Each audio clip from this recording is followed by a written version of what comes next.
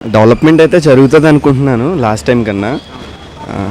అలాగని డెవలప్మెంట్ జరుగుతుంది ఖచ్చితంగానా, ఎందుకంటే చంద్రబాబు గారు ఆల్రెడీ హైదరాబాద్ డెవలప్ చేశారు, ఐటీ కింద కన్వర్ట్ చేశారు కాబట్టి మనకు తెలిసిందే. సో డెవలప్మెంట్ ఖచ్చితంగా ఉంటుంది. నారా లోకేష్ గారు ఐటీ మినిస్టర్ కాబట్టి ఖచ్చితంగా చేంజ్ ఓవర్ ఉంటుంది. మా ఆంధ్ర వాళ్ళందరికీ ఒక ఐటీ సెక్టర్లో ఇబ్బంది లేకుండా ఉంటుందని. ఒక హైదరాబాద్ వచ్చి ఇప్పుడు నేను కోచింగ్ తీసుకుంటున్నానంటే ఒక ఐటీ లేదు కాబట్టి మన ఏపీలోని ఖచ్చితంగా ఐటీ వస్తుంది. మా అందరికీ కొద్ది నిరుద్యోగ తగ్గుతాయి, ఉద్యోగాలు ఇస్తారని అనుకుంటున్నాను సార్. చూడాలి సార్ మరి ఏంటో, మొన్నే వచ్చింది కదా గవర్నమెంట్. ఇంకా అయితే ఈ భారతదేశంలోనే రాజధాని లేని రాష్ట్రం ఆంధ్రప్రదేశ్ విన్నాం. ఇప్పుడైతే రాజధాని కాబోతుంది, ఎట్లా అనిపిస్తుంది మరి? ఏమో సార్, నమ్మకం అయితే లేదు. మళ్ళీ గవర్నమెంట్ జగన్ ఫామ్ చేస్తే మరి ఎలా ఉంటుందో తెలియదు. మళ్ళీ అంటే వైజాగ్ అంటున్నారు ఒక్కొక్కసారి, తర్వాత అమరావతి అంటున్నారు. ఈసారి కూడా like next government Jagan form చేశారు అనుకో, మళ్ళీ చేంజెస్ ఉండొచ్చు కదా సార్. ఖచ్చితంగా అమరావతిని చెప్పలేం కదా. అది ఏం చేస్తే బాగుంటుందంటే వైజాగ్ని కూడా చేయొచ్చు సార్, క్యాపిటల్ చేయొచ్చు, తప్పలేదు. ఆల్రెడీ డెవలప్ అయిన సిటీ కాబట్టి తప్పలేదు సార్. అమరావతి నేను క్యాపిటల్ చేయాలని కాదు సార్. అక్కడ 3 పంటలు పండే భూమిని పోయిందంటే తప్పే కదా సార్. తినడానికి ఏదైనా రా మెటీరియల్ కదా సార్. మీరు తినేదైనా నేను తినేదైనా రా మెటీరియల్ ఖచ్చితంగా. ఆ రా మెటీరియల్ అక్కడ 3 పంటలు పండుతుందంటే ఎంత స్వచ్ఛమైన భూమి. మా విశాఖ జిల్లాలో ఒక పంటే పండుతుంది సార్, రిజర్వాయర్లు లేవు, ఏమీ లేవు సంథింగ్. అందుకని వర్ష ఆధారంగానే ఒకే పంట పండుతుంది. అలాంటి కన్నా అక్కడికన్నా వైజాగ్లో చేస్తే మాకు బాగుంటుందని విశాఖపట్నం మామూలుగా సిటిజన్గా నేనైతే ఇష్టపడుతున్నానండి. అక్కడ ఆల్రెడీ మనకి ఎయిర్పోర్ట్ ఉంది, ఆల్రెడీ డెవలప్ అయిన దాంట్లో చేయడానికి తప్పే ఉంది సార్. అయినా ఒకే పంట పండుతుంది. 3 పంటలు పండేదాన్ని నాశనం చేయడం కన్నా ఒకే పంట పండేది అంటే నాశనం కాదు, డెవలప్మెంట్ చేయడం బాగుంటుంది కదా అంటున్నాను సార్. అలా అయితే బాగుంటుంది. కళ్యాణ్ గారు ఎమ్మెల్యే కూడా కానియమని చెప్పిండ్రు. ఈరోజు ఆయన డిప్యూటీ సీఎం అయ్యిండు. ఎట్లా ఉండబోతుంది? ఆయన సినిమాలను వదిలేసి కోట్ల ఉన్న సినిమాలను వదిలేసి, ఆయన ఆస్తిని వదిలేసి ప్రజలకు సేవ చేయాలనే దృక్పథంతో ఆయన రాజకీయాల్లోకి వచ్చిండు.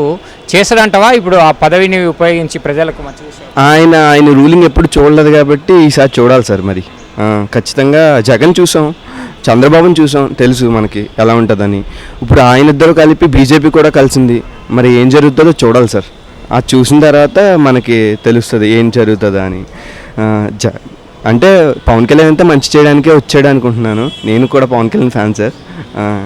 అంటే ఏమో చూడాలి సార్. ఈసారి ఆయన మంచి చేస్తాడు అనుకుంటున్నాను. చంద్రబాబు కన్నా ఇంకా మంచి డెవలప్మెంట్ ఉంటుందని అనుకుంటున్నాను. అయితే చంద్రబాబు అంటేనే విజన్ ఉన్న వ్యక్తి. 2020 విజన్ తోటి ఇక్కడ హైదరాబాద్ని గతంలో ఉమ్మడి ఆంధ్రప్రదేశ్ ఉన్నప్పుడు ఇక్కడ ఎంతో కొంత అభివృద్ధి చేసిండన్న పేరైతే ఉంది.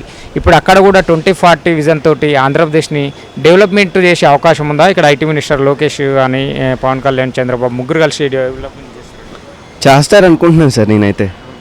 ఎందుకంటే లైక్ మనకి యాజ్ ఏ స్టూడెంట్స్ అయితే ఒక 2 లక్షల నుంచి 3 లక్షల మంది రిలే అవుతున్నారు సార్. మా బీటెక్ నుంచి కానీ మామూలు కాలేజ్ నుంచి కానీ వాళ్ళకి అందరికీ మెయిన్ సోర్స్ ఆఫ్ విజన్ ఏంటంటే ఐటీ సెక్టర్ సార్. ప్రతిదీ 15,000 నుంచి లక్షల్లో కోట్లలో తీసుకుంటున్న ఐటీ సెక్టర్ని డెవలప్ చేస్తే ఖచ్చితంగా ఉంటుంది అనుకుంటున్నాను సార్. అది డెవలప్మెంట్ చేయకపోవడం వల్లే ఒక మెయిన్ ప్రాబ్లం వచ్చింది అనుకుంటున్నాను సార్ నేనైతే. మన జగన్ గవర్నమెంట్కి ఈసారి చేస్తారని ఆశిద్దాం sir. Let's hope for the best. ఏం జరుగుతుందో చూద్దాం. వాస్తవానికి అక్కడ చిన్న చితక కంపెనీలు కూడా లేనందుకే మేము మా రాష్ట్రాన్ని, మా ఊరిని వదిలేసి ఇక్కడ హైదరాబాద్కి వస్తున్నాం. అదే అక్కడ ఇంతో కొంత అభివృద్ధి ఉంటే మేము మా రాష్ట్రంలోనే మా ఊర్లో ఉండి మేము పనిచేసుకునే వాళ్ళమని మీలాంటి వ్యక్తులు చెప్తున్నాం. ఇప్పుడైనా ఆ నమ్మకం కలగబోతుందా? మరి మంచి కంపెనీలు వచ్చే అవకాశం ఉందా? ఎలాంటి కంపెనీలు వస్తాయి? ఎలాంటి కంపెనీలు అంటే జగన్ అయితే సార్ మనకి కొన్ని మెయిల్ చేశాడు సార్.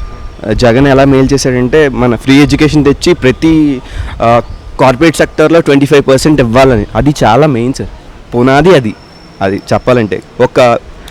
ఒక చదువుని ఇచ్చిన వాడే జగన్ ఖచ్చితంగా బాగుంటుంది సార్. అది జీవో క్యాన్సిల్ చేసేది సార్, చాలా బాధగా ఉంది. ఇప్పుడైతే మాలాంటి మా సపోజ్ మీరే ఉన్నారు సార్, మీరు చాలా నిరుపేద వ్యక్తి, మీ అబ్బాయి బాగా చదువుతాడు, ఎగ్జామ్ రాసి టెస్ట్ క్వాలిఫై అయ్యాడు, మంచి మీ పక్కనే ఉన్న ఒక మంచి స్కూల్లో 25 అదే మామూలుగా 25% జీవో తెచ్చాడు కాబట్టి ఖచ్చితంగా ఫ్రీ సీట్ వస్తుంది. మీ అబ్బాయి కూడా మెరుగ్గా చదువుతాడు, మెరుగ్గా ఎడ్యుకేషన్ ఉంటుంది.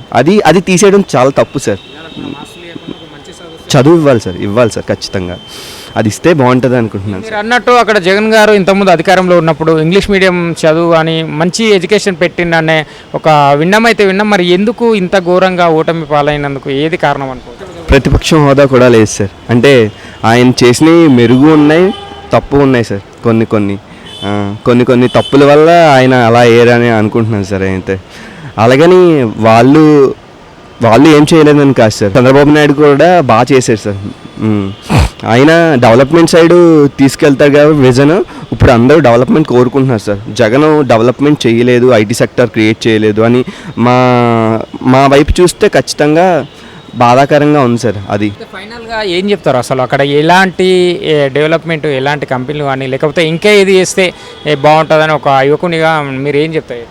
జగన్ చేసినవి కొన్ని మెరుగ్గా తీసుకెళ్తే వీళ్ళు కూడా బాగుంటుంది సార్. 25% కార్పొరేట్ సెక్టార్లో ఫ్రీగా ఎడ్యుకేషన్ అది క్యాన్సిల్ చేస్తారు సార్. తప్పు కదా సార్. అది మీకన్నా నిరుపేదకైనా ఇబ్బందే కదా సార్. ఆ ఎడ్యుకేషన్లో అయితే నేను అది వేస్ట్ అంటాను సార్. అది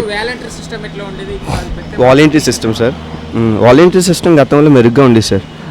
సచివాలయం వ్యవస్థను కూడా క్రియేట్ చేసి మంచిగా చేశారు సార్. ఎందుకంటే నా ఇంటర్మీడియట్ జాయిన్ అయినప్పుడు మండలానికి వెళ్ళి తీసుకోవాలి సార్ ప్రతి సర్టిఫికేషన్ అన్నా ఏదైనా. ఇప్పుడైతే మెరుగ్గా చేశాడు సార్. సచివాలయంలో ఒకసారి మన ఇంటి నుంచి అడుగు బయట పెట్టి ఒకసారి అడిగితే ఖచ్చితంగా ఏదైనా చేస్తున్నారు.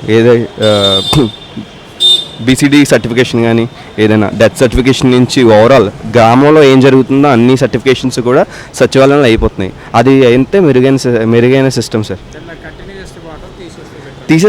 తీయకూడదు సార్. సచివాలయం వ్యవస్థ తీస్తే మాత్రం జగన్ చంద్రబాబు పునాదే సార్ ఖచ్చితంగా. అది చాలా మెరుగ్గా చేశారు సార్. సచివాలయం వ్యవస్థలో అలా లేదు సార్. గవర్నమెంట్ పోస్ట్ కదా సార్. మీరన్నా నేనన్నా దేనికైనా గవర్నమెంట్ పోస్ట్కి ఎస్ సార్. వాలంటరీ వ్యవస్థను అయితే ఇంకా వాలంటరీ వ్యవస్థ కూడా బాగా పనిచేసింది సార్ కోవిడ్లోని. అలాగని తప్పట్ను వాళ్ళ వ్యవస్థ ముందుకు ఎలా ఉంటుందో తెలియదు కదా సార్.